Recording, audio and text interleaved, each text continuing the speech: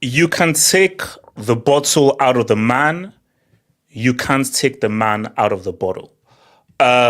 We will be talking about how Tottenham did good. They managed to bottle a 2-0 lead twice in the same game.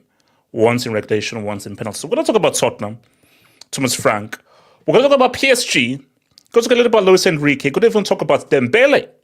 Because I get it. It's not part of the Ballon d'Or thing. It's not part of the whole thing. It's past the parameters, but it is what it is. You know how these things go. They will still count it. Did Dembele do enough to show that he's the best player in the world?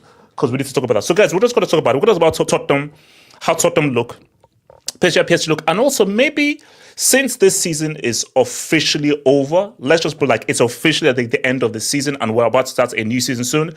Where does this PSG team rank amongst treble winners? So I want to do that as a nice corner just to round off this before we go off to the next. Is like, where does this PSG team rank amongst seasons? We're going to review the game, look at Tottenham, look at PSG season, Dembele's season as well. Does he deserve the Ballon d'Or? Is he truly the best player? And where does PSG rank amongst the treble winners? Chelsea would have won a treble, so Chelsea do count. It is what it is.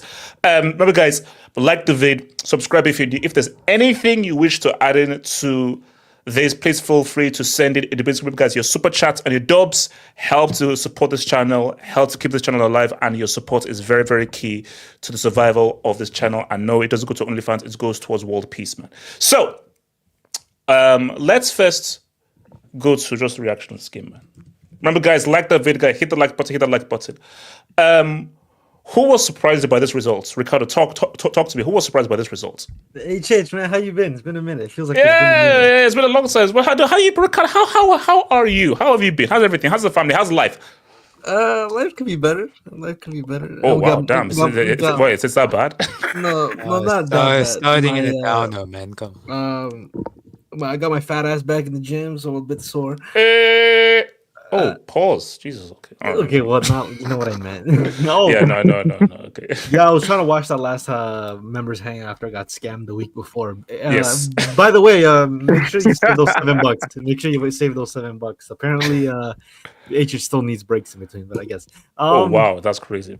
I thought at 21 you had like unlimited energy, but I guess. Oh no, I do no, bro. I gave you like a 4-hour content crack. He's fake 21. Man. We had a 4-hour crack, and also you missed the stats versus the eye test thing. I won that argument, by the way. We had an amazing stats. I haven't got to it yet. So. You also missed my birthday. Of course, I know. Hey, you missed AK's birthday. AK is a year older than me now, so. I was just gonna say happy belated birthday. I'm the same age, you bum. Oh no! Okay, true. Yeah. But anyways, well, he's 21, so maybe the streets can give him a little happy birthday comment. Look, the game, it was pretty entertaining, I guess I'd say. I never thought Tottenham would be in a 2-0 position up, but then probably the most probable outcome, or at least traditional outcome, as Chiellini said, this is the history of Tottenham. That happened. To be honest, I think this is a kind of a big L on Tottenham just because you had a 2-0 lead against a team that didn't have preseason. So, I mean, somehow PSG just honestly the thing with PSG, I honestly thought they are there to be beaten in terms of the physical aspect of the game. I think it's no coincidence that when they lost to Botafogo, then they lost to Chelsea, then they nearly lost to Tottenham. They're nearly losing to teams who have a physical advantage against them, but I guess every team has their weakness. So yeah, I mean, it was a great game. I thought they Tottenham were a bit amateurish in sitting back on a 2-0 lead in the final 10 minutes when they could have really just still. Yeah, no. I mean, basically, I think Thomas Frank didn't get the memo that these are the bottling kings. You might as well just go for it and everything. Don't say, because these guys don't have to freaking defend. So yeah, so I mean, penalty shootouts. I mean, I know that he's young, but like Mathis Tell, like. You're a forward, buddy. Like, how are you? But no, seriously, Ricardo, you know that I knew he was going to miss. Now, I didn't know he was going to miss that badly. But as a forward, do you know how horrendous that penalty was? Yeah. Honestly, I thought he was going to score. Or maybe I can't remember. But when he missed the net completely, I'm like, that is unacceptable. You're a forward. Um, PSG, they showed character. I honestly thought they didn't have that much of a good game. I think Cavada was useless. Dembele was better in the second half. Desiree Doué, absolute stinger. So do you think the excuse of they didn't have a preseason Club World Cup tax of getting beat down by Chelsea and they only got back into training in 9 days, is that an excuse for how badly they played? Yeah, I think it's valid. It's there, but I do think there's a recipe for success against them.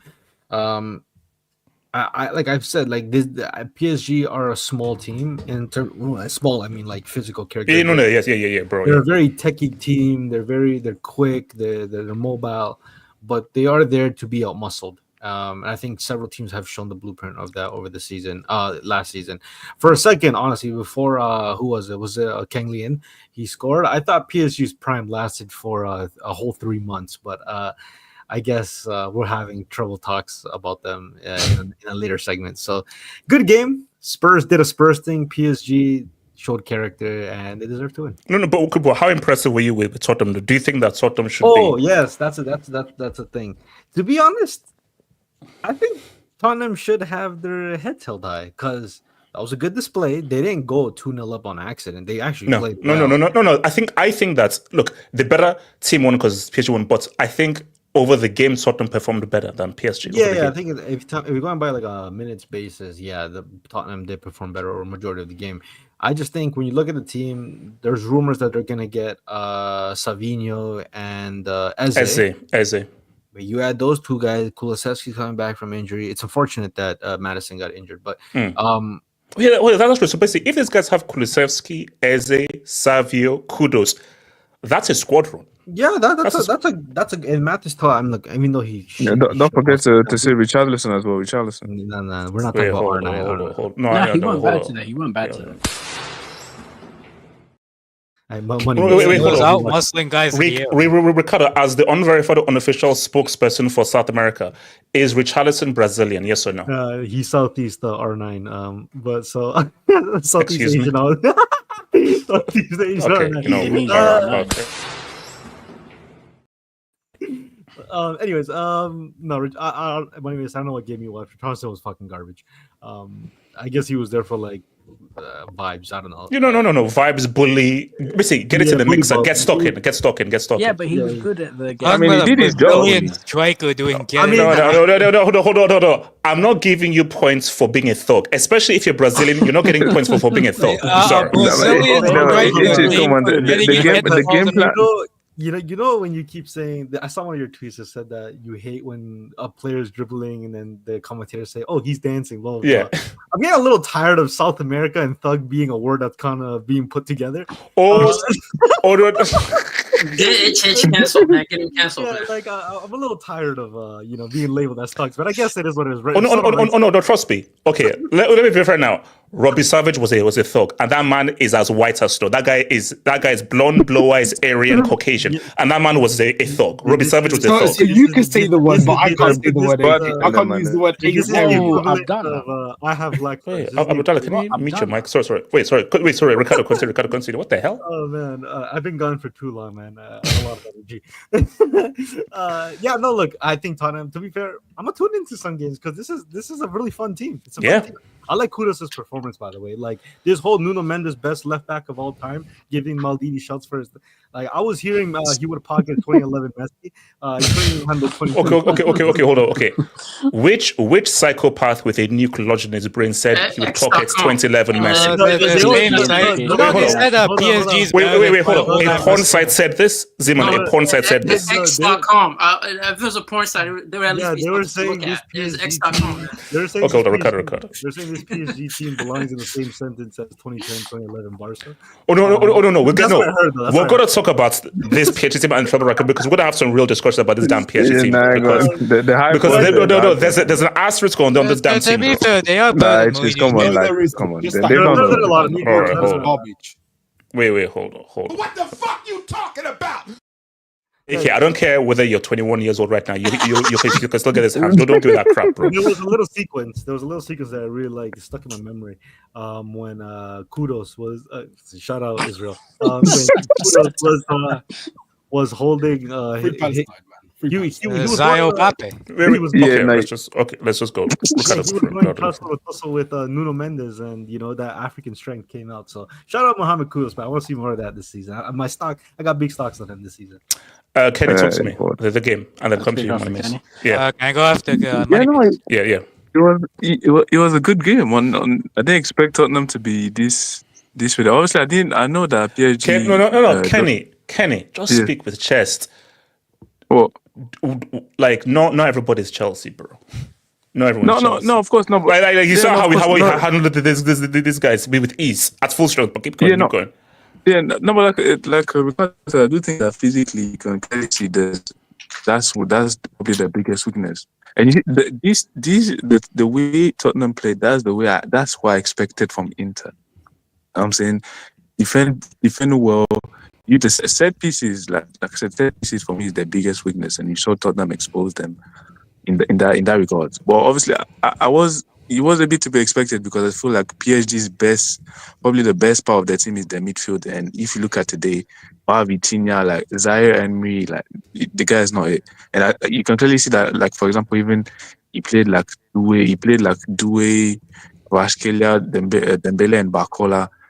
And it didn't really work. I feel like Dembele was dropping too deep in that first half. I was seeing him like.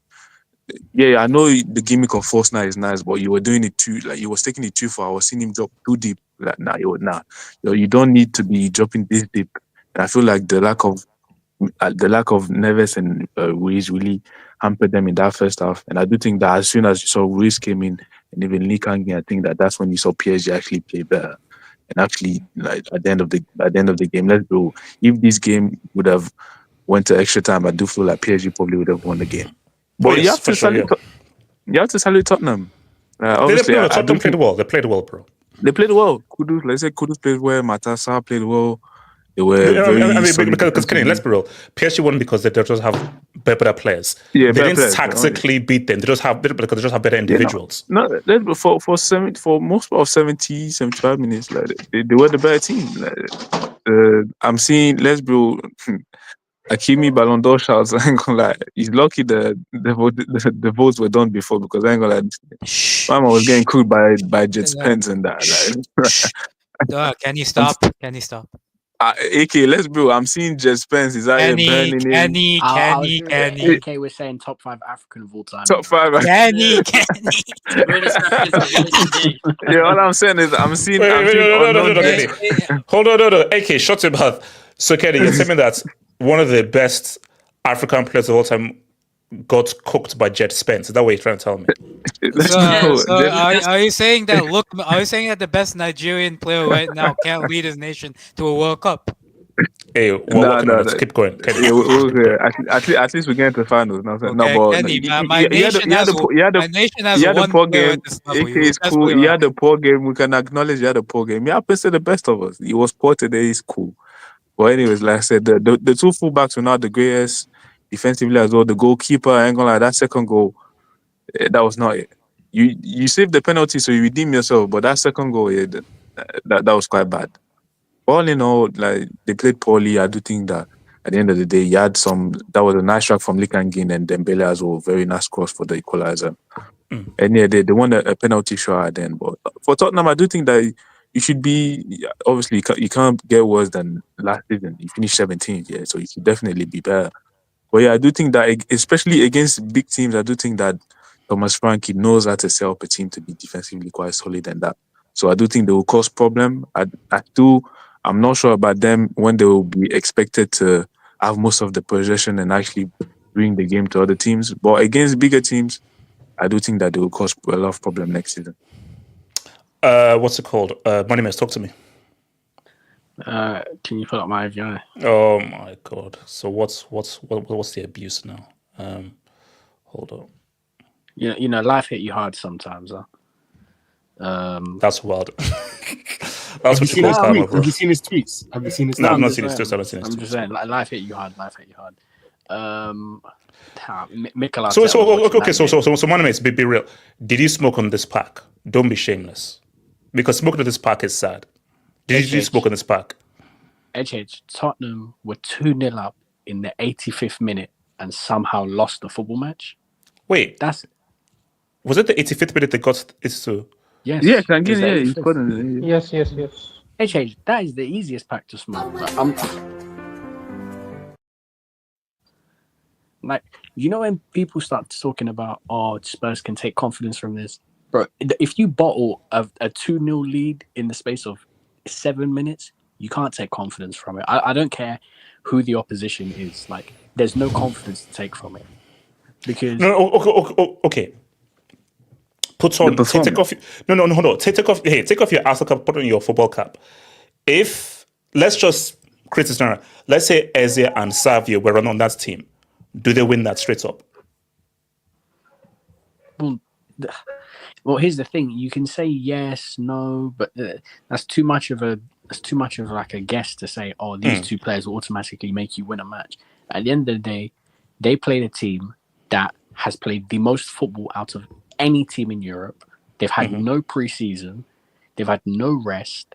They've just come back after a week to play even more football, and they're going to go straight back into the league season on Sunday. Monimus, I know where you're going. If Tottenham won this, would you have come out and said, look at how much PSG played?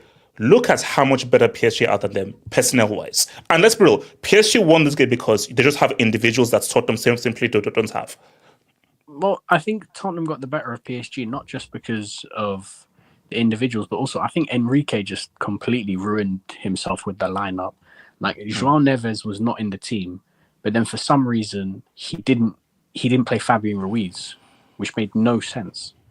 Like, even if you're missing one person, don't rip up the whole thing and change it completely. He should have just played a midfield three of Vitinha, Fabian Ruiz, and Zaire Emery, because you saw when they played that midfield trio of Ruiz, Vitinha, and Kangin Lee, when they played that midfield trio, they kept the ball better, they were advancing it more, and they were able to create opportunities through creativity. They couldn't control the midfield because, listen, I get Dembele's a false nine, but bro, there's a difference between false nine and standing next to the CDMs to pass the ball. Like, he's way too deep in the match. And then when they got Gonzalo Ramos on, you could see it stretched the pitch and it gave space to more players to do things on the ball.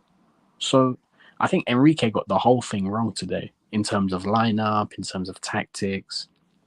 And listen, Spurs' players were up for it. They played well. But listen, this is a final. And I'm sorry, you cannot be 2-0 up in the 85th minute and lose a final. I don't care what year of a process you're in or how long you've been the manager or how long you know the players. HH, if Maresca did this in his first game, you're going to call for him to be sacked. Well, no. Do you know why it's different? It's freaking Chelsea. My name is, you should know them better than I do. It's Tottenham. It's in their DNA. And what this shows is that not even Thomas Frank can change the butlers of all butlers. And let's be real, the only reason why United did not come back in that game is because United are just freaking garbage. They're like basement hell dwellers. But Tottenham, it's what they do. It's in their DNA. And it shows that Thomas Frank, you're not changing this. So why could Crystal Palace, and you're going to say, Crystal Palace, Tottenham, DNA. Crystal Palace before the FA Cup had never won a trophy. Forget big trophy, major trophy. Crystal Palace had never won a trophy. Pep overthinking tax. Why can Crystal Palace close out a 1-0 lead with 10 minutes to go at Wembley against Man City, but Tottenham can't close out a 2-0 lead with 10 minutes to go against PSG? Because Tottenham have a sickness. It's basically what Tottenham have is unique to Tottenham. They have a sickness, which is that when you look up bottle in the dictionary, there's a badge of Tottenham that's there. It's simple. And as a manager, you just have to deal with that. Simple. It's just a known thing. As I said again, I agree with you. I don't know how you bottle twice. You bottle the lead and then you then bottle it in the penalty shootout as well. Yeah, because they were up in penalties as well. 2-0 again. Honestly, I don't think you can even take encouragement from this because there's one thing. Come on, you can't. No, you of can't. Course you can't. Edge, Why not? How? Losing a final and bottling it when it's in your hands, like you cannot take encouragement from bottling. Okay, here's the thing. And also, let's just be real here. How Tottenham performed. They lost good, but look how they performed. The transfer window isn't short yet. There's no Kulusevski. Eze could come in. Savi could come in. So what you saw could be even better. And one of their signings, Kudus, was one of the best players on that pitch. So if you're a Tottenham fan and you could potentially see what you saw be even better, of course you can be encouraged because you're like, oh, look at how well we performed. We can perform even better if we now have 2 quality players to add into that freaking team. Okay, so under Pochettino, when you lost the Carabao Cup final to Liverpool, the Liverpool children match, you outplayed them. You had all the chances in the world. You were playing incredible football in that final. Could you take something from that final? You said, but no. PSG can be compared to Even when that.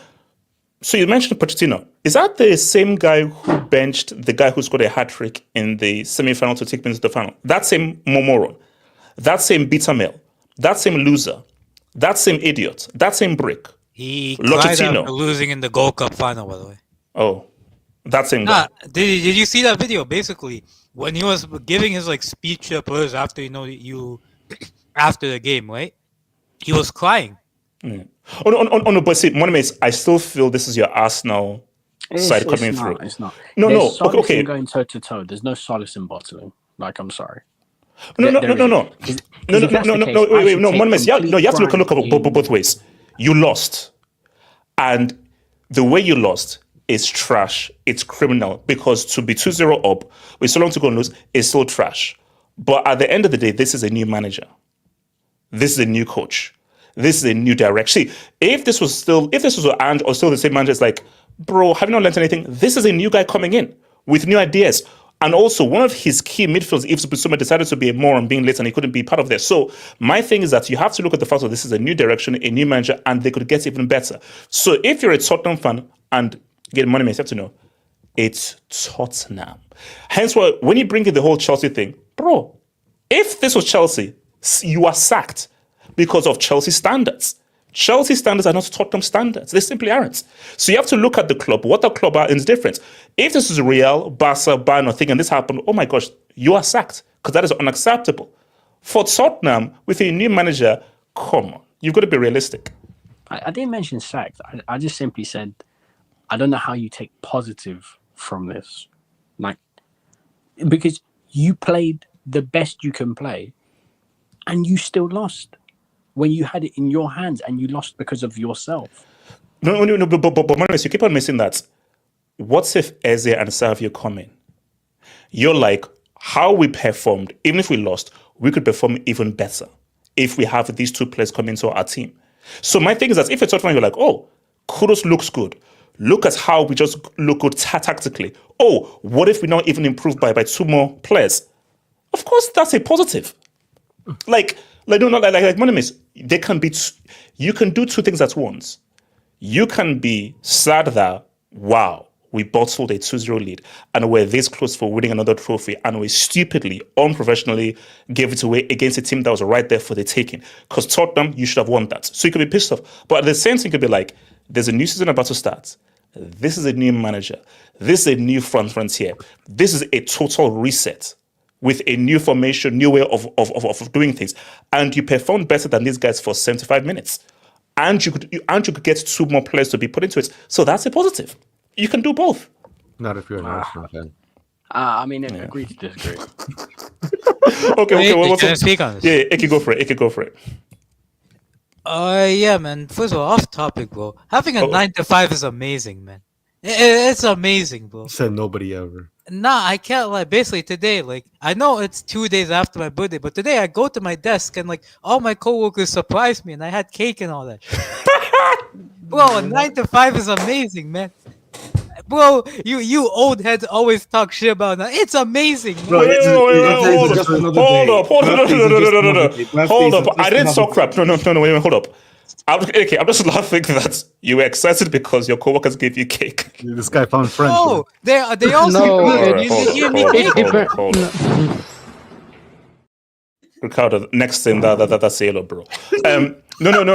It depends on your company. Wait, hold up. It depends on your company. Hold up. AK, what kind of cake was it? That is what will determine what kind of cake was it. It was this nice red velvet cake with like some nice buttercream. Bro, red velvet cake from your coworker. Red velvet. Oh, wait, hold on. AK. Is the best. Wait, hold up. Is the best. Hold up. AK, do you work for the Ritz or the Hilton? Wait, red They're velvet? not- they're- Wait, I was supposed to some kind of like sponge cake from like the local store. Nah, the nah, cat nah. and Wait, hold on. AK. Red velvet. This sponge cake. Well, what's it It's like? better than red velvet. Better than red velvet. Man. AK, What? how big was the cake and what Are flavor there was red any- velvet? Are there any holes in your Nah, it was like Ricardo, shut up. it was like a full cake. Like That's regular. Oh, an actual full. yeah, and everybody Where like do you- everybody where on the do you team work? like had cake and they surprised me and all that. No, wait, Shout out to them, man. Is this still your internship or did you get hired? Yeah, it's for my internship. Yeah, This guy said 9 to 5 but doesn't get paid. What that was going on? I do, bro. Oh, you don't get. That's internships. That's internships. Wait, you get paid for internship as well? Yes. Yes, some Okay, that's Oh, good. That's good. wow, that's lit, Some you man. do, some you don't. Yeah, shout Well, out you to guys think they drag you to the office just to work on engineering? Yeah, but that's slavery. Bro. You know, like, bro, you have to get paid, bro. Oh, no, okay. Shout out to your coworkers, right? Shout out to your coworkers. As I say, I put it this way: I never got any cake in my 95. They never gave me any cake. You never so- got cake up to the. Thank God, man. Thank God. He still hasn't got cake. You in don't have his any life. cake, man. Okay, Yeah, but Ricardo, shut up. You keep okay, lying about your age. but yeah, well, yeah, good 9 to 5s are amazing, man. But in terms of this game though, are you talking about? You want me to talk about the full game or like just? Yeah, no, the game, just the game as a whole, how Tottenham played and everything. I'll go get to the individuals, how the game went. I didn't catch the first half a lot, but I catch the second half of the game. I think both teams, PSG, they in the first half, I assume they weren't that good. Were they great in the first half? Who? Like were PSG in the first half? No, they didn't have a shot on target. Oh, They were trash. They were awful. oh, okay. Yeah, I mean, in the second half, I guess they played better, especially after Tottenham went 2-0 up. I also think, like, in terms of individual players, Dembele was good today. I thought probably the only PSG player who started who could have some solace about his performance. Kagan Lee came on and had a big impact. Hakimi didn't have the best performance. So did Nuno Mendes on the other side. Marquinhos again, bro. They signed that they signed a center back from Bournemouth, Zabani. I think he's gonna displace Marquinhos. Chevalier, I thought. Here's the thing, man. The guy is a good keeper. Like in terms for Lille, he was amazing. AK. But Don't. I know you're 21. I know you had red velvet cake. Is going from Donnarumma to the chandelier is a downgrade. It is. Huge downgrade. And people. Yeah. No. HH Chevalier is a very good keeper. He is a very here's good the thing, keeper. Chevalier is a very good Alright. keeper. I know. He is. I think I'll be honest, AJ. I think you're looking at Donnarumma based only on like Exactly those 6 last months, man. those 5-6 months. But Those before 6 that, months, yeah, that's this it. guy was horrible. Like, bro, this guy used to be the reason why PSG were getting eliminated like in the previous years. Like he was making They so were trying to many get rid of mistakes. him. Like. Yeah, these guys are trying to rewrite history, man. That's what Yeah, they're so trying to like do. I think Chevalier is a good keeper. He did make that mistake, but I think he redeemed himself to a degree with the Van de Ven penalty save. In terms of here's one thing that I don't like from people, HH. I call it the controlling midfielder gimmick, not gimmick with the nice with the accent. That might be a brick. I mean,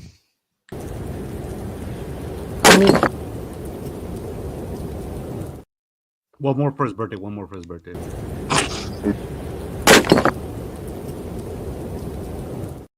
One for the gimmick. culture, one for the culture, one for the That's Gimmick. Bro, No, like, no, That's not so- the so- you said, though. like AK. No, AK. Nice try, but okay, That's from the AK. I'll just say playbook, gimmick then. Nah, sorry, I just say gimmick. But bro, today, and he doesn't do it every game. But Vitinha, the thing I hate with like these type of controlling midfielders, like, bro, the perfect example I have of one is Jorginho. Like, they can pass left or right 100 times a game, and people would think they had a good game. They don't actually create any effect on the game, and that's what Vitinha did today. Because I'm seeing on all these like foot mob, sofa score, and all these stuff. Vitinha completed 97 out of 107 passes. He had a great game. He has 8.0. Like, no, bro. It's called I the hate Tony how we give so much importance to players just passing left or right and calling it controlling a game instead of actually like seeing what they create. How does that pass? hold on, AK. Vitinha, Wait, no, Vitinha hate hold on, is AK. so So, forced, AK, man. so saying that you have to watch the game. Is that what you're trying to tell me? No, you have to. Oh, okay. I'm just checking. shameless, Oh, just checking. So you said that you actually have to watch the game to really shameless. judge a player's performance. That just looking at You're pass so completion shameless. stats You're so isn't enough. But there No, are you have to look at other. The guy's the Yeah, defense midfielder. okay. What do you Test, you gotta expect him to respond. do? Like, what do you Wait, expect hold on, him AK, to do? KJ, shut up. AK, go for it. John Neves uh, can always just- be there to hold your hand. That's one thing that I just have with that, and I do agree with Ricardo. João Neves, people ain't talking about him enough, but and I agree with that. Not Vitinha is overrated, but Pedri is in a different dimension, in my opinion. In terms of Spurs, I think Thomas Frank has a lot to take from this. They didn't have their best creators in Madison and Kulusevski. They're obviously trying to get players to do that role in an Eze, in a Savio. And I think what he's showing is, unlike Angie Martinez, he has the ability to adjust not just the style of play, but also the formation to suit his best players. I think he played a back three today, I believe. He played with Danzo, Van de Ven, and Romero, and it just gave the likes of Pedro Porro and Spence like full license to just like cause havoc on the on the left and right side. I think that was a good tweak. In addition, I thought his decision to put Pap Matar as like almost like a number 10, to not play like the traditional number 10, but to be almost like a bully ball type of player. Like Matar I thought was really good in terms of winning the second balls, getting shots off.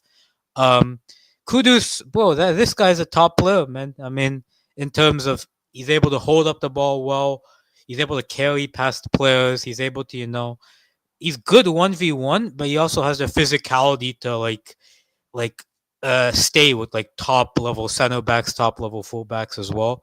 And as much as they did lose, I'm like, this is a far more conducive way of playing than whatever Angie Martinez had. And if you can get an Eze, if you can get a Savio, if you can add those two players, even someone like a Paulinho who was good today, he played him as a natural number 6. He was good today. I think Thomas Frank, his Brentford side were like this. They were, in some games, they were a lot more defensive, but in other games, I saw them pass teams off the park. So I think he's a good coach. I think he'll do well with Spurs, and I think this guy can. I don't know how long he will take to get results against smaller teams, but I think he'll do really well against like the top 6 sides. I think he has good game plans for those type of teams. KJ, talk to me.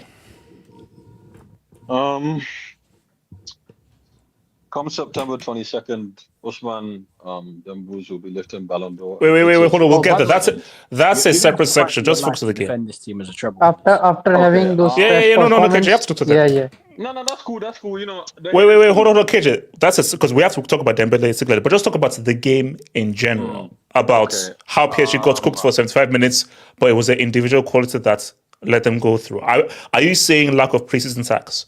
Or It was not also 75th minute, it was 85th minute. 85th minute, yeah. KJ, go for it, KJ. First of all, I already told you bums that Barcola is a better player than Doué, but you don't want to listen. That's fine. That's like 6 thinkers in a row. That's a Didn't brilliant. you say Doué was better than Barcola like 4 months relax. ago? Give me a second. You said that 4 months ago. Let me Okay, land. Go for it, Let me land. land. Said he's a better finisher. He's not a better player. And I've realised that recently. He's a better finisher. He's not a better player. It's first thing. Barcola did play pretty well today. HH. Spurs did try a lot. Let's be honest. PSG had some chances in the first half. They weren't clinical, particularly Dembele. He missed a very good chance, right? They missed a few chances in the second half as well. Spurs, I think, they're quite a tall team, right? So they hit them on a counter-attack, whatever you want to call it. Sorry, set pieces, not counter-attack, set pieces. Is this encouragement for them? I mean, I don't know, because it's a one-off game and they crumbled for the last 6 minutes. This is a game they should have won, HH, and they probably should have scored a third before PSG scored their first. As far as what this tells us, goodness, Frank's team might not be as asked as we think it is, but he definitely needs some reinforcements before the end of the season. So basically, if Eze and Savio join in, how good do you think Tottenham will be, or do you still think that Bottle Gin reigns supreme in these guys? I don't trust that defense completely. It's the first thing. To stay fit over the course of the season, that's the first thing. The second thing, they're very good on paper, but I don't think they will stay fit over the course of the season. The second thing is, I think midfield is still a problem. I don't know quite how good Palhinha is. I know he's very good at Fulham, and I know he had a bad year at Bayern, but he barely played, so it's not much of his fault. But I still don't know. The third thing, I think the biggest question mark is Thomas Frank, I think that the step up from a Brentford to a top 6 is really much bigger than people think it is. So but weren't you impressed with Thomas Frank's approach to this game in terms of how well Tottenham played? Yeah, because that's as the guy said. They played well. Once, because he had to make subs, and as you know, that's bench's ass. Because if you have Tell them coming off the bench to come out and miss a penalty, what do you expect? Tell was bad. That's fair. One thing I will say, PSG were having a lot of success with the high line. Like Dembele was playing in some very, very good passes. He wasn't great in the box today, but outside the box, he was very good. Link-up play and everything. Then I think that's something that they do have to work on, because Porro can get caught pretty high up, can't he? I think Spurs, we have to stop doing this thing in football where we give teams so much credit for playing well over 85 minutes and then throwing a game away. They threw this game away, HH. Yeah. This shouldn't have happened. Like, no offense, you can talk about Frank doing this or that. These kind of capitulations are really players' fault, so I'm not really going to blame Frank. Like, as a player, you can't be throwing away a 2-goal lead with 6 minutes left. Like, be serious, Frank. Okay. My thing is that I don't think it came out of nothing, though, because PSG, towards the end of the game, particularly the last maybe 15 minutes, like 10 minutes before the goal, I think were very good. But again, KJ, think about it. So 2 teams made subs. Tottenham makes a subs. They're not as threatening. Who were the 2 people who scored for PSG? Both of them were subs. Yeah, that's the difference. Yeah, that's what I think that's an element to it, but I don't think that this was a 2-0 game before it happened. You know what I mean? Like, I don't think it was a 2-0 game. I generally think PSG they were very lethargic in front of goal. Barcola should have done better. Let's see this thing. When he figures out his finishing, that's going to be a terrifying footballer. But positives they can take. They didn't get slapped. HH, that's the positive. They didn't get slapped up. I'm sorry. That's one of the few positives they can take, because everyone thought they were going to get put No. I thought the positive would be that you, with 85 minutes gone, you were 2-0 up and looking pretty comfortable in terms of how little threats PSG had, how much, because especially got 2 goals, but now you can blame lack of preseason. They were lethargic, but it took a longer before PSG had a shot on target. They didn't have a shot on target in that first half at all. I don't think. Once again, I don't think this is as. I don't think this was a 2-0 game, even when it was 2-0. I'm sorry. Like I said, we know Chevalier sold, and we know PSG weren't being clinical in the box. That doesn't, just because they didn't score didn't mean they weren't getting into dangerous positions. Okay. The second thing is, this is the best team in the world, so you can't really blame Tottenham for not winning against them. The third thing is, they didn't get destroyed like a lot of people thought they would, right? And the Frank experiment with the 3-5-2 wasn't bad. You know, they didn't get cooked, as most people want to say. But HH, this is a problem that Frank does have to overcome with Tottenham is the mentality thing, because we shouldn't be talking about PSG win today. Like, it wasn't a 2-0 game, but at the same time, falling apart with 6 minutes left isn't really. Yeah, Tottenham should have won the game. Tottenham should have won the game. I don't think that's acceptable. Going forward, Eze and Savinho probably do improve them, but if he plays a 3-5-2, I don't really know how either of them fits. Let's be honest. Probably change that at some point. Going defensively and goalkeeping wise, I think it's depth will be their problem once again. I'd back Spurs to finish 9th. This you have to remember they're going to be playing Champions League and Premier League, and they don't have the squad for that. They're going to play Champions League and Premier League. They're better than United. They're better than United. Yeah, Come on, they're better than United. Okay, wait, hold on. This guy's gonna back them for 9th. How? Kichi. No. Basically, it was so wild that it took a time for my brain to compute. So I think it was Moneymates laughing that helped me compute.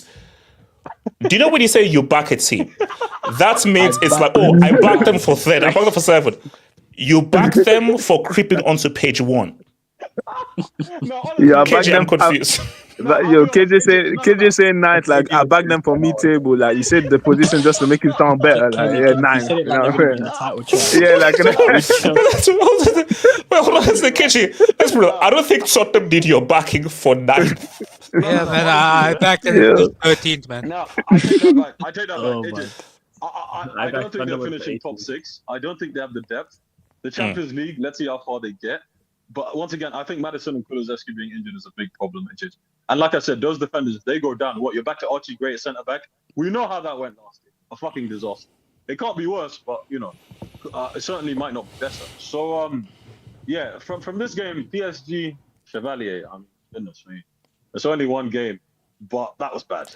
Like, let's be honest, bro. I'm telling you, you see, all these guys know. That was bad. Okay, quick. Hold on. Quick question, because people say, "Oh, Donnarumma made those mistakes and everything." Going from Donnarumma to Chandelier, is this a downgrade or an upgrade? Downgrade. It used to Donnarumma be Donnarumma before January of 2020. I'm asking KJ the question. I'm asking KJ the question. KJ, Donnarumma literally had one good season. hold on. Can KJ just ask KJ? Let me land. Going from Donnarumma to Chandelier, is this a downgrade or an upgrade Yes. or? We're already calling him It's two names, things. man. Not just one game. You're calling him Chandelier. Like, come on. You know Yeah. Chevalier. Chevalier in French means like knight.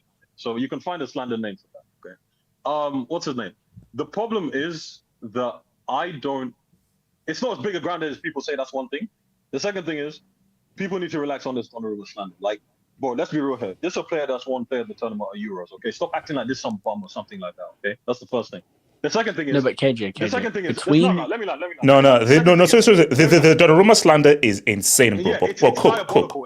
Cool. It's ridiculous. Okay, that's the first thing. The second thing is, you people acting like this guy didn't. You people acting like everyone in PSG didn't get better last year, and acting like it was only the first time he had a good season, whatever. Like everyone else didn't get better. It's nonsense. Okay, that's the first thing. That's the second thing. The third thing is we have to wait and see. Chevalier is one of the best goalkeepers in Liga, and that's a league that's known for quality. But when it comes to shot stopping, I do not think that a ball playing goalkeeper can give you. I don't think having an elite ball playing goalkeeper beats having an elite shot stopper any time of the day. I'm sorry. Hell no, never. Chevalier is not a ball Never. player. Are you crazy? He was literally Chevalier had better shot stopping Chevalier stats is than not a him. ball playing Let goalkeeper. KJ cook. Let him cook. he was literally a world-class shot stopper for Lille. Hold on. But let me land. You're calling him world class. That doesn't mean he was better than Donnarumma. That's the argument here. But okay? he's not He was ball not playing. I mean, No, he was better than not playing. Donnarumma. Let me land. First of all, Donnarumma is arguably the best goalkeeper in the world. His last save year. percentage in That's Liga the is first thing. higher than That's the Donnarumma. first thing. That's That's the INT. first thing. Bro, that's the first Wait. thing. Actually, no. Okay. Hold up. I said Donnarumma is world class. I don't think you can put some best in the world settings. I think Alisson in Wonderland and the Trois are on a different level to him, bro. Okay, Yeah. I disagree with that. I disagree with that considering his heroics in that Champions League last year. That's the first thing. The second thing is, I don't believe that. This is the thing. You guys are saying Chevalier is not a ball playing goalkeeper, and that's fine. But the reason why what's his name got him is partly because he's a better ball player. So that's the biggest thing, right? This is the first thing. There's two things here. The argument is the contract. That's the biggest thing. Get this ball playing shit out of your mind, okay? That's secondary here. It's because of the contract. He wanted more money, and PSG were like, "Fuck off." So behave yourself when it comes to that. The second thing, and also, I think that's crazy that you're not offering Donnarumma the money that I know you have. PSG have that bread. No, but HH is Kenny, also don't do that crap. Kenny, they have the bread. They've got the bread. HH, they probably have the bread. But if you look at, you probably have a option in Chevalier that they feel like he's probably maybe not at a level yet, but he's younger than him and is in an upward trajectory. And you're going to pay him less. Why are you going to pay a guy more than 50? Okay, Kenny. Sorry, KJ, I'll come back to you. It's like if I'm living the twilight of Kenny, you just won the treble. You have finally won the UCL. And a keeper was vital, critical to you winning that Champions League. Wouldn't you want to maintain that and keep the key players that helped you achieve the Champions 6 League? months does not outweigh. And listen, Donnarumma literally had one.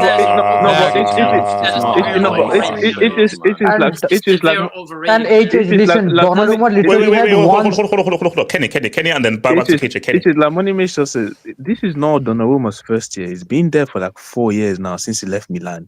And last year was actually his first season where he was actually he fulfilled the promise that you saw at the Euros, where he was making big saves. I remember mistakes against Real Madrid when they were getting knocked out, even against Dortmund last season. Like, let's not act as if this guy was like some Kenny, remember the first game against Liverpool? How he that's this guy. I led the goal against Elliot. Like, wait, KJ. So now basically just slandering. So he's not a bomb now. No. It's just not. No, it's just no one's calling him a bomb, but no one's calling him a bomb. But you have to know your worth. Then, like I said, he went there and he trying to big dog him. Yeah, I had a great season. You're going to pay me, and the club was like, hell no.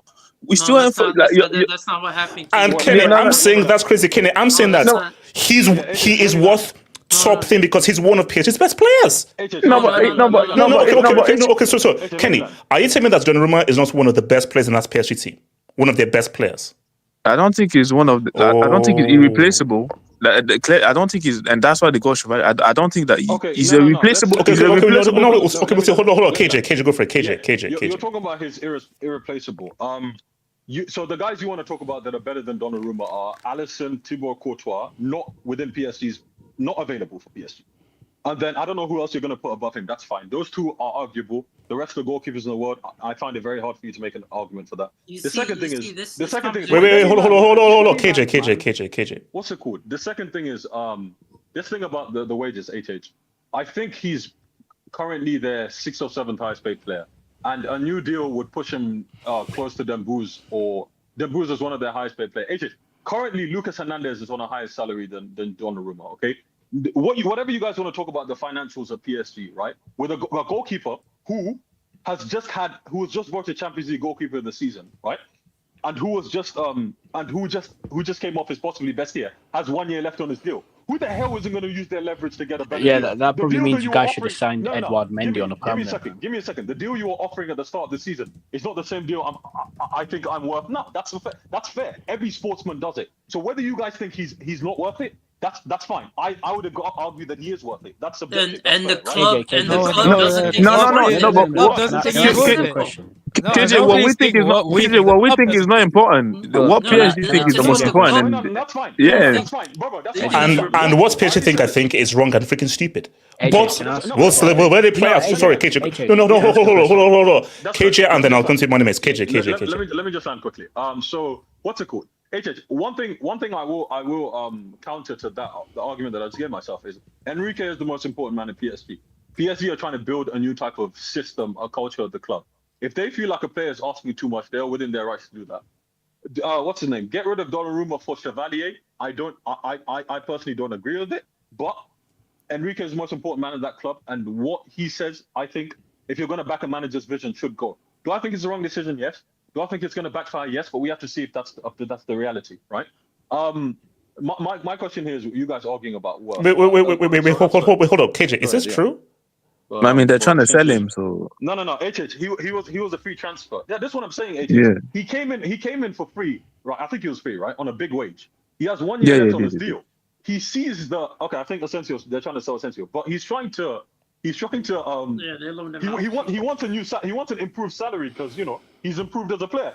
There's nothing wrong with that. You guys are criticizing a guy for wanting more money. After No, nobody's no one is criticizing him. for that. Nobody's criticizing that. All we're saying is, if you look at it from PSG's perspective, if they believe they can upgrade, and you guys are basing this based on 3 to 4 months of performances. When PSG are evaluating this, they're looking at the whole year and they're thinking to themselves, is this guy worth that don't amount? Move crazy No, like let's not. And my problem is the way you guys are treating Donnarumma is completely different from the way you guys were treating him in January. All of a sudden, he's not replaceable. Right. Oh, it's not even. It's not even Hmm, that. so players can't improve.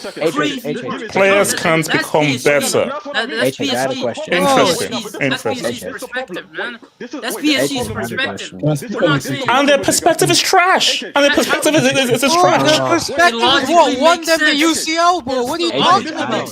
But that's the thing. No. AK, don't say that. No, what won them the UCL was Donnarumma playing a key role. Playing and also being key in the penalty shootout. It wasn't their damn perspective. It was Donnarumma and that penalty shootout are making key saves. Then why didn't you denote Edward Wait, hold on, KJ, no, hold up. KJ, Monimis, and then Zeman, This thing about him being crap in the past, that's a fair argument against him. And you could say you need longer, right? And that's fine. But guys, the thing of the matter is, he looks at the other wages in this squad. Bums like Zaire Emery who sit on the bench, right, and make 220,000 euros a week, right? If Donnarumma's around that bracket, he has a right to say, I want to be the highest paid player in the team after Hakimi and Dembele. You can argue that's not the case. He has a right. But the club has a right to say, no, you're not going to be the highest paid. My problem is this. As a goalkeeper, from top to bottom, right? You guys are saying if the club feels that they can upgrade. My argument, this is not an upgrade. This is a financial thing. This is not an upgrade. I do not think this is an upgrade. The argument here is upgrade. Top to bottom, is Chevalier a better goalkeeper than Donnarumma? You guys can't argue that, so don't say the club feels like it's upgrade. No. I'm missing the point. I'm saying he. Wait. Hold up. Okay, hold up. Money Miss, hold up. Money Miss and then Zeman. Money Miss.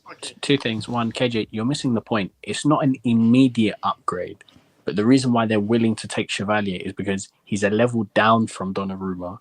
He will be less money, with the potential of him being better than Donnarumma in the future. So it's a smarter investment for the club.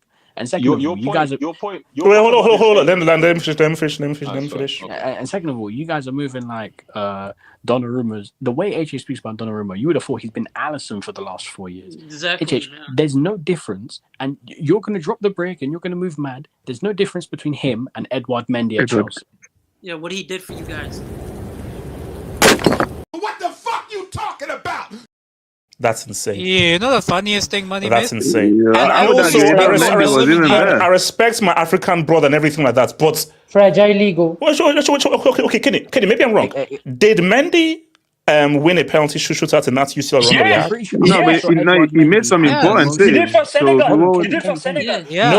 No, for Chelsea. In that UCL run that we had. But we didn't go to penalty. Kenny. We didn't go to penalty, but it was very important during that season.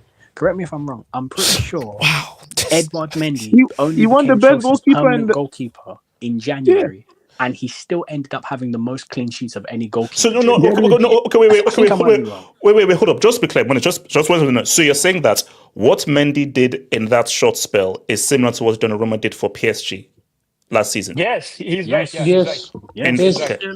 Okay. Going on to it. No.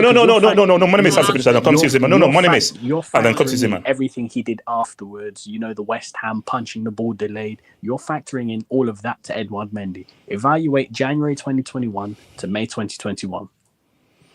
Evaluate those 5 months.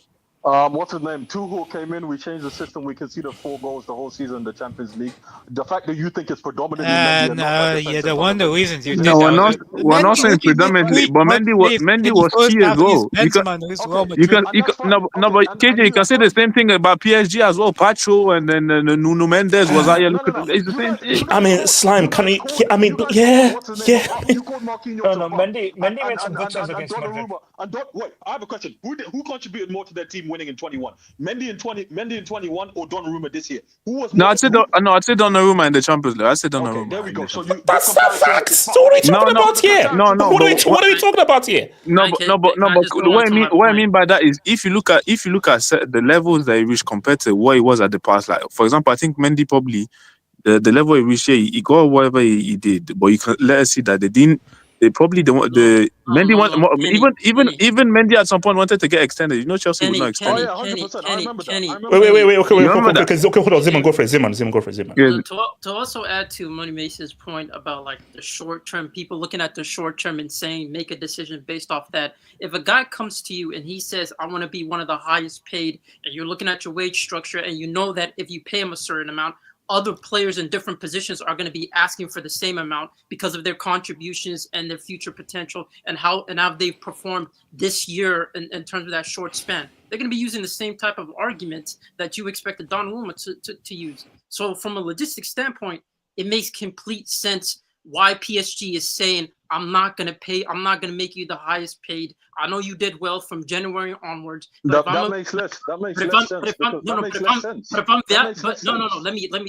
me just explain. But if I'm evaluating you throughout your whole career at PSG, and you expect me to drop, you expect me to give you higher wages, I'm going to be evaluating your whole career. I'm not going to only be evaluating a certain amount of time. Yeah, that goes into it in terms of your demand. Maybe you could breach maybe you could find a in between your demands and the club's demands that they're willing to give you. But you're not going to fucking give a guy because he had 4 months off his contract. No. It doesn't make sense. Zeman. I'm evaluating your whole career because you're out here. People forget. You want to know why you're making the group stages of the Champions League. Yeah, the group stages of the Champions League. This guy made a mistake against Arsenal, but what are we talking about? No, KJ, in the group stage. KJ, Not in the semi, the more important games. He literally costed them in the round of 16 against Madrid. KJ, if the leveling gap in difference between what he did in January is larger than what he's done throughout his career at PSG, wouldn't it be reasonable to put that into consideration when you're thinking of the wages that you're willing to offer him? Not to also mention everyone in this panel's gaslighting, because before January, you had HH that was out here adamantly saying this guy's a bum, but all of a sudden he's an amazing goalkeeper. He single-handedly knocked them out the UCL group. Let me counter that point. That's a very weird way of looking Can I speak up? This guy Marquinhos literally have like the footprint of every previous PSG UCL. Where forgot the way Benzema went and took the ball off of him. Footprint is crazy. Benzema treated this guy like he's a bum. Wait, hold on. What's it called? No. KJ. No, hold on. KJ. Against Bayern, you remember? KJ. Can I go for KJ? Oh, sorry. It was a mistake. Sorry. Zima, let me. I have a counter for that point. Last year, around January, PSG gave a bunch of extensions to who? Massive salary increases. Hakimi, Vitinha, Nuno Mendes, players some who had been injured, particularly for quite a bit in that time there. Nuno Mendes. What's it called? When they gave Zaire an extension, they gave him over 200,000 euros a week. What's his name? When Asensio came in, he came in on over 240. Donnarumma has got no improvements or extensions since been a PSG. So this point you're making about giving players money after does not deserve one. Did not deserve one up until that point. 4 years ago. Wait, hold on. Let KJ. The counter argument is. Give me a second. Wait, hold on, KJ. The point you're making about they're looking at the body of work and saying he's not worth this money, right? Why is it fair that players who are there for shorter than him last year, right, got improved contracts, right? What's it called? Some who had been injured over the period of time, and some who had barely been established first-team players, right? You mentioned Vitinha. Vitinha in 2024. Wait. Let him. That's allowed. Use the old team of the season. No, give me a second. So why is it in January 24? Go and look at the numbers right now. Despite the spate of the PSG announced it, I think it was 4 or 5 players. They announced them on the pitch. They're given a bunch of them extensions. It was Vitinha, Hakimi, Nuno Mendes, who had been injured for quite a bit at that time. Vitinha, who at that point, none of us were ever calling the best midfield in the world. PSG That's gave them a massive salary increase. That's a lie. No. Bro, Money Mason and I were fighting for him. To get on the list, that's literally a lie. That's fair. At least that's fair. Maybe you're calling him best midfield in the world. At least in the Champions League, you have to show it, right? So the fact that he was their best player. He was in the team of the season last year. Give me a second. So You come to Donnarumma this time, a player who has got no contract renewal since he came, a player who had already come in on higher wages than those guys, right? And you want him, right? So after he's had his best season, what's it called? Give a concession, or you're saying he's asking for too much? When He's saying bumps a like season, Jared you know. Evans- this is the No best one 4 is months. saying he's Wait, asking for can 2 I months. respond to this, AJ, quickly? Wait, hold on. Hold on. Casey, because Casey was to pick. Casey and then Ross and Casey. I don't know what the issue Can is. I go after Casey? Yeah. Is he asking for way too much money? Is that the issue then? Yeah. For Donnarumma? No. Basically, the issue is he's asking for more money, and PSG don't feel he's worth the money. And my argument is that I feel he's worth the money because I know PSG have that money. So what are you basing that on? How crucial he was to them winning the hold on, Casey. Two things. How crucial he was to them winning the Champions League, and the fact that lesser players are on better wages or closer wages to him, which I think doesn't make any sense. You pay what someone is worth. Your very best players should be your very best players, and there are players who are worse than him, less crucial than him, that are on almost identical wages or even better wages than, which doesn't make any sense. You're looking. So you basically what you're doing. I think you're making a mistake. You're looking at just the last 6 months. He has been there since 2021, if I remember correctly. Yeah, that's like 4 years. In those 4 years, 3.5 years, he was absolute ass. Yes. When people make decisions, they look at your overall performance, not just your last 6 months, because it would just be like fugazi. So I don't know, like, why is it such a big deal that they're not giving him the money? And Casey, he won. Yeah. Casey, he won goalkeeper of the season in Liga in 21, 22, and 23, 24. So this notion that he's been asked, I don't know what you're talking about. How many PSG has the best defense. But I think with Marquinhos. Yeah, makes sense. If I'm correct, Onana and Dembele also won. No. You're saying? No. When you remember when United conceded those 7 goals against Liverpool, I think De Gea had the most clean sheets in that season. I could be wrong. Yeah, he did. Golden glove. He got the golden glove. Yeah, but that's a golden glove. That's not best goalkeeper. That's just the most clean. No, but from my understanding, like, it's also based on the same criteria, I think. Yeah. So I don't know. Like, I don't think like that's a no. To add on to Casey's point, the biggest problem with Cage's argument is the fact that even when the footballing director, the sporting director is coming out saying stuff like, well, we're changing our model, we're changing our way in the way we run things in a more efficient manner, and we're not going to be going the money route, and they stop doing that, they can't just all of a sudden break it all of a sudden for Donnarumma when they've done those horrible businesses that you claim that they did previously going on to this season. But again, that's to say that this wasn't a fluke. That's their sustainability. That's what they've been operating on. So that's Donnarumma did something to your family, and I don't know what he did. Let me respond. And he beat us, but like two amongst their 10 highest paid players, which are Skriniar and Asensio. They're both trying to get off the books this summer. So what's to say that you're taking the wages off those guys? You can't give some of that money to Donnarumma? No. But getting rid of those 2 players proves my point that they're trying to go a different direction. Yeah, but this is one of your best players. This type of contract. That proves my point. That proves my point. They're trying to get rid of players. Wait, quickly. If Chandelier was in goal in that Liverpool game, are we sure that he makes those 2 saves that Donnarumma made? We don't know. We don't know. AK, I don't care about what Chandelier thinks, bro. Tell me right now, Chandelier ain't making those 2 saves that Donnarumma made. He's not making those 2 saves that Chandelier made. Before them 2 Liverpool saves, most people here would have said Donnarumma probably he himself would not. Exactly. Most people here would have said he can't make them saves. But he made those saves.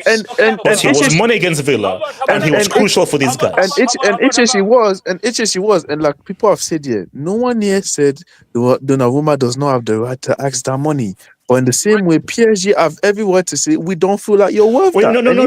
Okay, no, wait, hold on. No, Kenny, that's obvious. No, hold on, Kenny. They both have the rights. Kenny, all I'm asking you is that, do you think that PSG are stupid not to give him what he's No, worth. they're not. No, they're not stupid. evaluating his No. No, they are not stupid. They are right. No. They are, They're not they are stupid. right. The- For 3.5 years. the You're making getting of to decision you based guys on- deserve money.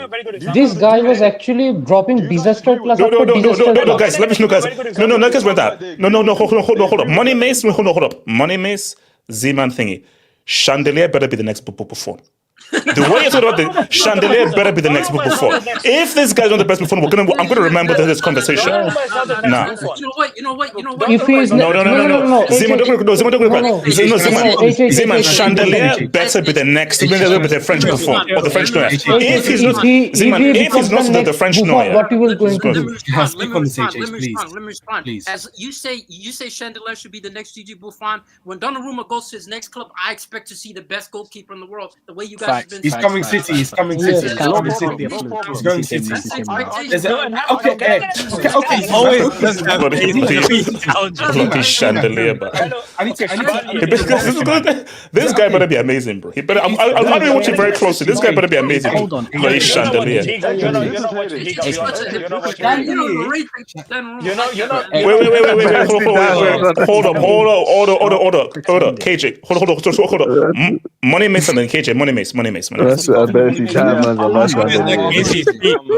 Can I just say, you're actually being generous saying 6 months. He only actually turned it around after Liverpool away in March, at the end of March. That's when he actually started to turn it around. Because in the first leg, he made the mistake. HH, this guy single-handedly has knocked them out of the UCL on numerous occasions. Dortmund, his fault. Real Madrid, his fault. Dortmund, his fault. But you want to sit here and pretend that he deserves it. Oh yeah, Bayern Munich. Dortmund they hit the post 6 times. Yeah, Mbappe was at fault for that. The second leg? Second leg, and KJ, the second leg. Marquinhos was not anyways be found. Hold on, KJ. Can you explain what Donnarumma did on the second leg? Can you tell me why they dominated for 2 legs, hit the crossbar 6 times, and it's Donnarumma's fault? Can you explain what Donnarumma did on the second leg? You're not being objective. You're waffling, bro. You're not being objective. Stop it. Okay, wait, hold on. We have to move. Wait, no. We have to move. Like, let me take some dots. I didn't get to give my opinion. Okay, so wait, hold on. Me too. HH is a bitch. Hold on. Whoa. Personally, I wouldn't take that. I wouldn't say that, though. I ain't gonna lie. If it was me, I would have given him the nomad treatment. He's not wrong, you are, though. Why no, man? Why no, man? Hey, no, free my man. Free him, man. No, that's oh, he has something against the Indians. No, that's it's a dictatorship, bro. That's a dictatorship, bro. Oh yeah, I really forgot to put it. And also Nova. Free my guy, man. Can you like Casey finish his yeah, point? nah, man. Okay. So hold on. Case finish your points, and I'm going to come to Ricardo. This is my last point. You remember when Rashford was having that purple patch for United in 2022, 2023. You remember that? They were saying he's the best player in the world, man. Yes. MB. So based on that purple patch, they gave him 500k a week. Do you want? No, but I don't think Donnarumma Donnarumma is a purple patch, bro. We're talking. Yeah, no, purple patch is crazy. Wait, hold up. Casey, you're saying it's a purple patch. Bro, because of the given the time, if you look at his 4 years, that's a purple patch. Bro, what did John Luigi do to you people? Exactly. Okay, wait. So hold on. Ricardo, your point is. Hold up, Ricardo, and then come to Badala. Ricardo, your point is Ricardo. And then Abdallah. I feel like this is like a whole spectrum of where you stand. Okay, so your question is So basically, me and KJ feel that Donnarumma was so crucial to PSG winning that Champions League. That is true. And that I feel that he should be one of the best paid players at PSG because I believe that he's one of the best players at PSG. These guys are saying that it was a purple patch. He was trashed for most of the year. We never said Wait, hold on. Ricardo, they say it was a purple patch. It was only good for a few months. He doesn't deserve that money, and he should piss off for a chandelier. I see what he did there, sis. I see what he did there. So basically, Ricardo, put it this way: Do you feel that PSG are right to Ricardo, tell Donnarumma to before- go kick rocks for a chandelier? Before you start, Go Ahmad is kick acting like reggaeton, Nigerian, man. like Nigerian Trump right now. He's acting like Nigerian Trump, like he's Okay, making up stuff. That's it. Okay, personally, my view on this is that if you believe this is a purple patch, quote unquote, I think that is objectively wrong. People make it seem like, how long has he been there for? Like 3 years now? He was signed this- 4 years. Okay, 4 4 years. You guys are making it sound like 3.5 of those years he was dog shit, and then the last 6 months resulted into a Champions League win. If we're gonna be honest, this whole PSG team wasn't that great up until January, until Ousmane Dembele was decided to, fulfill his promise and be better than Kylian Mbappe. So, Factors. so everybody decided to kind of level up their game as soon as certain sporting projects were taken seriously after a certain dictator was booted out the capital. Factors. So, to be fair, the way I see it is like Donnarumma is completely in his right to value himself highly based on what they have accomplished. They didn't just win the Champions League; they won a treble. Now, granted, they could win a treble every season if they were serious in the Champions League, because that French league sucks. Now, True. it's a development league. Let's be honest. Sorry, I think sorry. it's not the 90s no more, but okay. Only used for traffic, bro. It's only used for traffic. No, but like I think everybody, like if Vitinha was per ass. if Vitinha was to say I want a bumper contract, if Dembele was to say I want a bumper contract, if who That's else what I was thinking. then to be everybody within their right is allowed to say that because they've fulfilled what the club has been trying to accomplish the last 15-ish years. I don't think Donnarumma is wrong for saying that. Now the question is whether PSG value him at that, if he's worth that amount of money that he's asking for. Personally, I don't know the numbers. Maybe if he's asking for some absurd amount that breaks their wage structure of this new formula they have going on, then yes, they can tell Donnarumma to fuck off and kick some meatballs. I think he wants to be the third behind who? Dembele and Hakimi. So he earns more than Vitinha. If I'm not mistaken. Okay, now he does, yeah. What's Yes, what's More important than João Neves. More Oh, important than Vitinha. David Oh, Ruiz. the hell? look, ultimately, Vitinha. A guy that goes left to right to left to right. Sorry, continue. Hold on. No, Ricardo. With that being said, are you admitting that Pedri is starlights away from Vitinha, AJ? Wait, HH, Oh no, bro. I have been on. No, I've been on record by saying that Pedri is better than Vitinha. I'm on record in saying that. Wait, guys, hold up, Ricardo. You guys are honestly fucking moaning for the past 30 minutes. Let me. Ricardo, could I just give you some info quickly? Sure, go ahead. Dembele, the highest paid player at the club on 345. Kavica 314, 100,000 a week, by the way. Asensio on 280. Marquinhos on 260, Hakimi on 250, Lucas Hernandez on 250, Donnarumma on 245, Zaire Emery on 220. So I think he wants to be basically around that Kavica. Kavica wage, basically. Yeah, go on, you're saying? Okay, look, I don't think. Okay, some of those numbers you put like Asensio, Zaire Emery, who's only like fucking 19 or something like that. I don't. If that's how much they're getting paid at the club, I don't think Donnarumma is wrong for asking more than that, considering his contributions. Vitinha 210 a week. I mean, to be fair, Vitinha has been one of the best central midfielders in the game. 100%. The thing is, like Donnarumma, like let's be objective about him. The guy came onto the scene when he was like 16. Like he seems like a veteran, but he's only 26, and that's still relatively young for even an elite goalkeeper. So. To be fair, if you give Donnarumma that contract, you're getting a player that's still going to be within his prime even by the end of the next contract. Like, I think sometimes people lose perspective that Donnarumma is only 26, bro. Goalkeepers can go as long as 40. And who's to say he can't get better? Like, let's be honest. Don't get me wrong. This Lucas Chevalier guy, he's actually good. He was one of the best goalkeepers in the Liga. He might have been the best one, actually. But he's mid. I mean, sure. He didn't even watch him play. Talking about his mid. Hold on. Okay, continue. Yeah, I don't think it's I do think Donnarumma is better now. Granted, probably just because of recency bias, but the Chablis guy is not that bad, and if they can lowball him and give someone the same quality performances as Donnarumma, I think PSG are taking a risk. But if it's a risk that they think it's worth gambling, then so be it. But if Donnarumma from this point on forward goes on and to become undisputedly the best goalkeeper in the next 5 years, will PSG be kicking themselves? Maybe, but somebody else is gonna, like they said, another man's trash, another man's treasure. So, I mean, that could be the case here. But I do think they're making a mistake. Let me speak. Can I just say one? Wait, hold on. Abdallah, and then I need to bring up PSG guy Obiera into it. So, Abdallah, talk to me. Big up HH. I don't know how Spurs bottled a 2-0. No. Let's focus on this whole Donnarumma. The whole Donnarumma thing. Donnarumma. The whole thing about Donnarumma. Wait, the whole thing about Donnarumma, yeah. Okay, he's been, but it's always, what have you done for me lately? And he's come up clutch. So I don't know why people are just doing this revisionism when it comes to Donnarumma. Abdallah, just because he's joining City doesn't mean he's good. No. I'm just saying. having a goalkeeper who is good with his feet is overrated. Look at this goalkeeper. Look at this Chevalier or Chandelier, whatever his name is. He's not good with his feet. What are you talking about? He's a good shot. He's a good shot stopper. It's overrated. I'm just saying. I think those days are over. He's a brick anyway. I don't care. Good with his feet, though.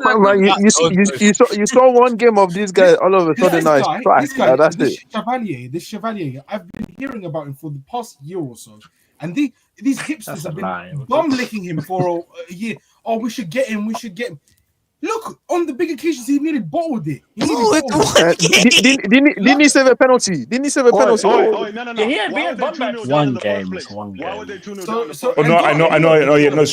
Kenny, right? That Van de Ven penalty stop was amazing, bro. Okay, that was a well-struck penalty that went straight into the corner. Kenny, I'm agreeing with you. That Van de Ven shot went into the corner and he saved it.